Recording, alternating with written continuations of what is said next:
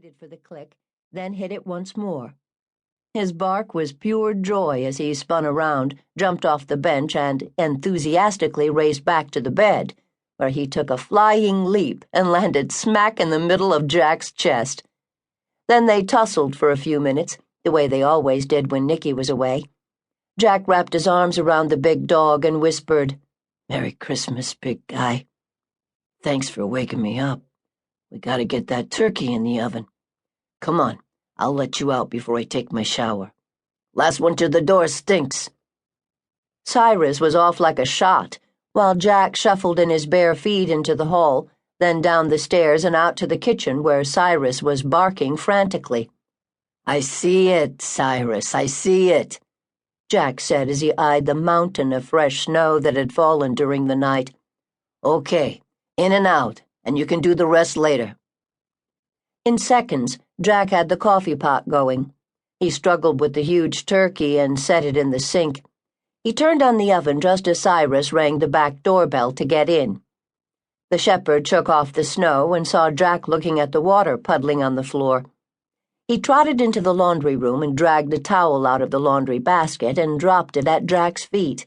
"Oh no, your mess, you clean it up," Jack yelled over his shoulder as he raced up the stairs to take his scalding hot shower. Meanwhile, in the kitchen, Cyrus looked at the towel and considered the puddle on the floor for almost a half-minute. Then he let loose with a shrill bark, turned around, and raced up the stairs, as much as to say, "That's not my job." 20 minutes later, Jack was shaved, dressed, and ready to take on Christmas Day without his wife, for the first time in their marriage. He allowed himself a few minutes to contemplate what he was feeling before he patted Cyrus, his other true love, on the head, and made his way down the stairs to start what he hoped would be a wonderful memory for his mental scrapbook. Jack turned on the lights of the Christmas tree and smiled. He turned on the Bose sound system and was rewarded with what he knew would be 24 hours of Christmas music. After listening to Bing Crosby singing Irving Berlin's immortal White Christmas, he let loose with a heavy sigh. Today would be whatever he made of it, no more, no less. In the kitchen, Jack poured coffee, fished a yogurt out of the fridge, toasted a bagel, then sat down, his eye on the towel and the puddle. Cyrus, having come downstairs after Jack and quietly entered the kitchen, was dancing around the towel. "You want to eat? Clean up your mess. You know the rules, Cyrus. Nothing is free in this world." Jack thought he heard the big dog sigh as he dragged the towel across the floor back and forth.